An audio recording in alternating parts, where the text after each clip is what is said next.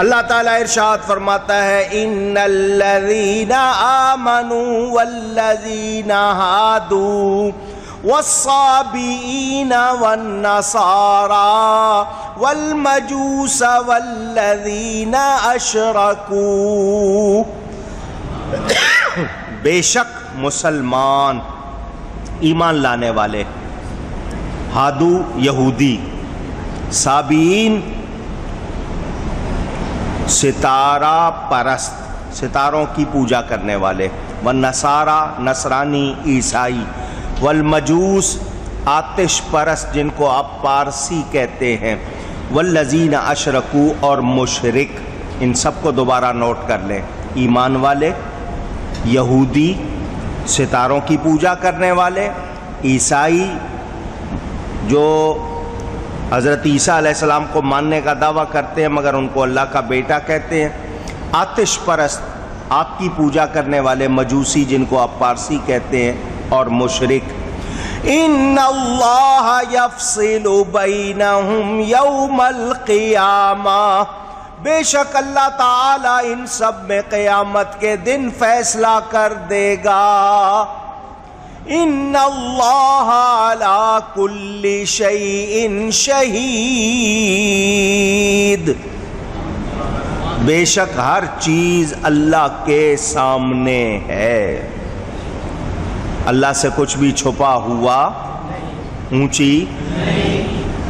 یہود و نصارہ مومن نہیں ہیں،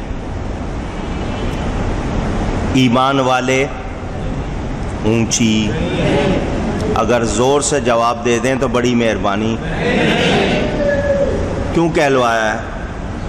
بلیور اور نان بلیور کی بحث کر کے کچھ لوگوں کو آج الجھایا جا رہا ہے، ماننے والے اور نہ ماننے والے، کہ جی یہ سب بلیورز ہیں ان کو کافر نہ کہو۔ اللہ فرما رہا ہے مومن نہیں ہے، تو جب اللہ ان کے لیے فرما رہا ہے وہ مومن نہیں ہے تو ہم ان کو بلیور یا مومن مان سکتے؟ قرآن کے خلاف۔ ہم نے دنیا کو راضی نہیں کرنا، ہم نے رب کو راضی کرنا۔ سمجھ آئی بات؟ تو اللہ فرما رہا ہے یہودی ستارہ پرست، نصرانی، مجوسی اور مشرک، تو یہود و نصارہ مومن، یہ مشرکوں اور مجوسیوں کی طرح بھی نہیں ہے، ہندوؤں اور آگ کی پوجا کرنے والوں کی طرح بھی ایمان والے بھی نہیں ہیں۔ یہ یہودی اور عیسائی ایمان والے بھی نہیں، اور بت پرستوں اور آگ کی پوجا کرنے والوں کی طرح بھی نہیں۔ دعویٰ کرتے ہیں اللہ کو ماننے کا، مانتے نہیں ہیں۔ جس طرح کی باتیں کرتے ہیں وہ آپ کے سامنے، آخرت پر بھی ان کا یقین نہیں ہے۔ جس طرح کی یہ باتیں جو آپ کے سامنے آتی ہیں آپ لوگ دیکھتے سنتے رہتے ہیں، تو اللہ نے کیا فرمایا؟ فیصلہ ہو جائے گا قیامت کے دن، اللہ فیصلہ کر دے گا اور سب کچھ اس کے سامنے۔ اللہ نے الگ الگ ان کا ذکر کر دیا، ایمان والے الگ، ایمان لانے والوں کا ذکر پہلے ہو گیا۔ پتہ چلا نبی کے غلاموں کی جو شان ہے وہ کسی کی، اللہ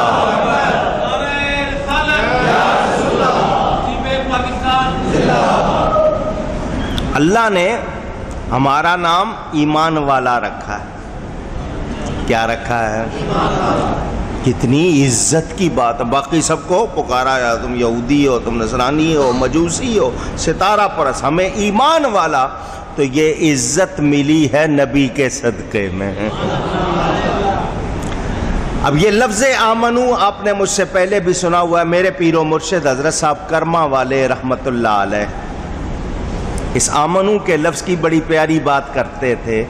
فرماتے تھے آمنو میں 4 حرف ہیں۔ کتنے؟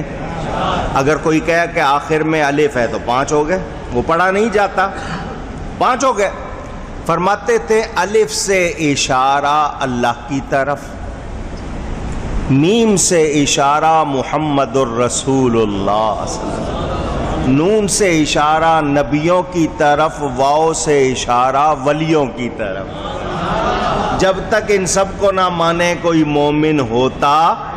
اگر آخری الف بھی پڑھنا ہے تو اول بھی اللہ، آخر بھی اللہ۔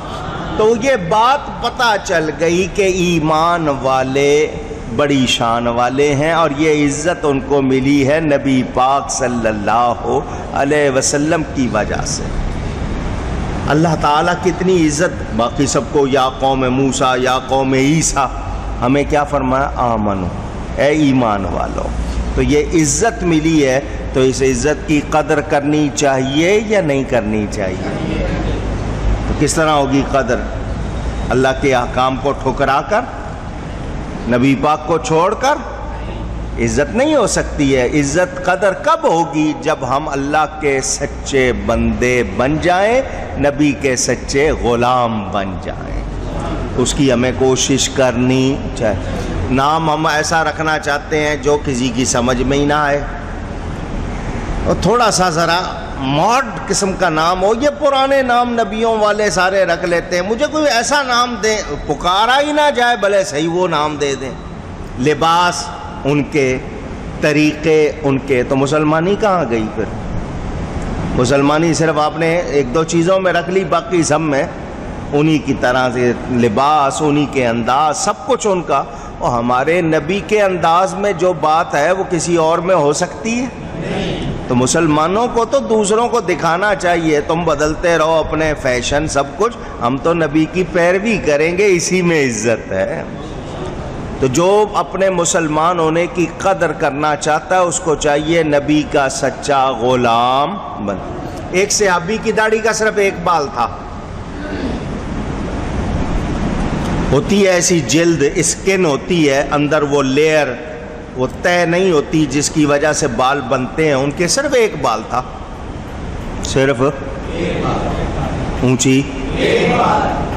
کبھی شاید اتفاق ہوا ہو کوئی مل جاتے ہیں ایسے، بال نہیں ہوتے بازوں کے، وہ ان کا ایک بال تھا، وہ اس پر کنگھی کرتے تھے، ایک بال پر کنگھی کرتے تھے، کومب، شانہ فارسی میں کہتے ہیں، شانہ کرتے تھے۔ کسی نے کہہ دیا ایک بال ہے اس پہ کنگھی کرنے، اس نے کہا جی ایک بال ہے، اللہ نے ایک دیا ہے، میں نبی کی سنت پوری کر رہا ہوں۔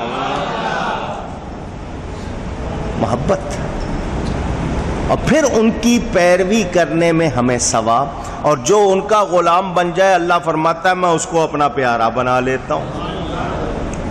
لباس ایسا پہنے جیسا نبی پاک صلی اللہ علیہ وسلم پہنتے تھے، بال ویسے رکھیں جیسے وہ رکھتے تھے، کھانے پینے کے انداز ان کی سنتوں کے مطابق، گفتگو کے تمام ہم اگر وہ اپنائیں تو بتائیے کیا ہماری عزت کم ہو جائے گی؟ اونچی؟ میں بہت ہی چھوٹی مثال دے رہا ہوں صرف سمجھنے کے لیے، کوئی تقابل نہیں ہے، موازنہ نہیں ہے، صرف سمجھنے کے لیے۔ کیا سکھ یورپ امریکہ نہیں جاتے؟ دنیا میں نہیں گھومتے؟ وہ اپنے گرو کا طریقہ نہیں چھوڑتے۔ ان کے گرو نے اگر پگڑی باندھی وہ باندھتے ہیں، ان کے گرو نے داڑھی رکھی وہ رکھتے ہیں، وہ اپنے گرو کا طریقہ نہیں چھوڑتے۔ جو جو باتیں ان کے گرو نے ان کو سکھائی ہیں وہ کرتے ہیں۔ وہ انگریزی بھی پڑھ لیتے ہیں، وہ دنیا بھی گھوم لیتے ہیں، ان کو نوکریاں بھی مل جاتی ہیں، وہ سب کچھ کر لیتے ہیں۔ ہم مسلمان عمامہ نہیں پہنتے، ہم داڑیاں نہیں رکھتے، ہم سنتیں نہیں اپناتے، تو ہم ان سے بھی گئے گزرے ہوئے یا نہیں ہوئے؟ حالانکہ ان کا گرو نہ نبی نہ صحابی، جو اس کی پیروی کر رہا ہے اس کو کوئی اللہ کی طرف سے کوئی سرٹیفکیٹ بھی نہیں مل رہا۔ یہاں تو نبی کی پیروی کرنے پر اللہ اپنا پیارا بنا رہا ہے، اس کے باوجود ہم نبی کا طریقہ نہ اپنائیں تو بولو پھر محبت کا تقاضا پورا ہوا؟ آج پتہ نہیں مسلمان کو کیوں شرم آتی ہے سنت لباس پہننے میں۔ سنت وضع، قطع وضع بناوٹ کو کہتے ہیں، قطع جو آپ کے لک ہوتے ہیں، تو یہ آپ کا آؤٹ لک جس کو انگلش میں کہتے ہیں کہ آپ لگ کیسے رہے، دور سے دیکھیں، نہ داڑھی نہ مونچھ نہ ٹوپی نہ کوئی اور چیز، پتلون ٹائی یہ سب آپ نے پہنا ہوا تو مسلمان کدھر سے ہوئے؟ سنتیں کہاں ہیں؟ یہ نبی کا انداز کیوں پسند نہیں ہے؟ حکمرانوں کو دیکھیں تو وہ اگر ٹائی لگا لیں، سوٹ پہن لیں تو یار بڑا یہ ماڈرن، بہت اپ ٹو ڈیٹ، بہت ہی زیادہ پتہ نہیں کیا کیا لفظ کہہ دیتے ہیں، بہت اچھا. اور اگر کوئی سادہ، اب حضور صلی اللہ علیہ وسلم نے ساری عمر لنگی باندھی ہے، دھوتی کہتے ہیں، تہ بند چادر وہ باندھی ہے. حدیث شریف میں ایک مرتبہ پاجامہ خریدنے کا ذکر ہے، ایک مرتبہ پاجامہ. یہ پاجامہ فارسی کا لفظ ہے، پاؤں کو کہتے ہیں جامہ لباس کو، جو پاؤں سے لباس پہنا جاتا ہے اس کو پاجامہ کہتے ہیں. تو یہ ایک مرتبہ ذکر ہے کہ خریدا، تو اس پر کہتے ہیں کہ جب خریدا ہے تو پہنا بھی ہوگا، ورنہ آپ نے کیا پہنا؟ تہبند، تہمد، لنگی، دھوتی جو آپ کہتے ہیں ساری عمر. اب کوئی دھوتی پہن لے تو آپ کو اچھی لگے گی؟ آپ کہیں گے گوار ہے، دیہاتی ہے، حالانکہ ساری عمر نبی پاک نے دھوتی پہنی. مگر آج کوئی پہنے تو میں یہ، حالانکہ وہ کوئی سنت موقدہ حکم نہیں ہے کہ تم نے یہی پہنی ہے، شلوار پہننا، پاجامہ پہننا منع نہیں، مگر ٹی شرٹ پہنی ہوئی ہے، نماز ویسے پڑھے تو وہ اوپر چڑھ جاتی ہے، کمر ویسے ننگی ہوتی ہے، نماز ہوتی ہی نہیں ہے، کیونکہ جو حصہ ڈھانکنا ہے وہ ڈھکا نہیں. تو آستینیں آپ لوگوں نے آدھی پنڈلی تک حضور صلی اللہ علیہ وسلم نے لنگی پہنی. اللہ کے سامنے بندے کو کیا لگنا چاہیے؟ لیکن ہمارے ہاں وہ لباس کیسے بنائے ہوئے، پاؤں کے نیچے تک پتلون کا پاجامہ جا رہا ہے، گھسٹ رہا ہے جناب.